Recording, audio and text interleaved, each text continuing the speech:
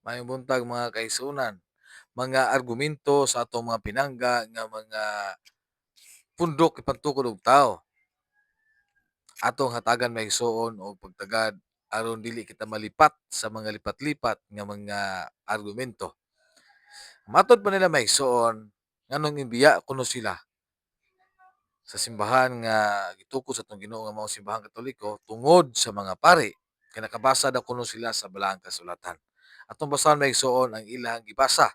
Dinhi sa Malakyas 2:8. Apan kamo nga mga pari, mibiya sa kamatuoran. Ang gitudlo ninyo nagtukmod hinuon sa kadaghanan sa pagbuhat og sayop. Gilapas ninyo ang kasabutan nga akong gibuhat uban kaninyo.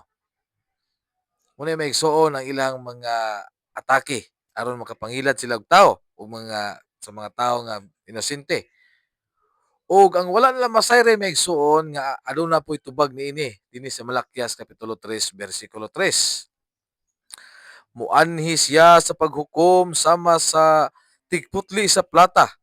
Hinluan niya ang mga pari sama sa pagputli sa plata ug bulawan aron maghalad sila sa Ginoo og husto nga matang sa mga halad. Busa maigsoon, magbantay kita sa mga lipat-lipat nga mga argumento. Mayong buntag kanatong tanan.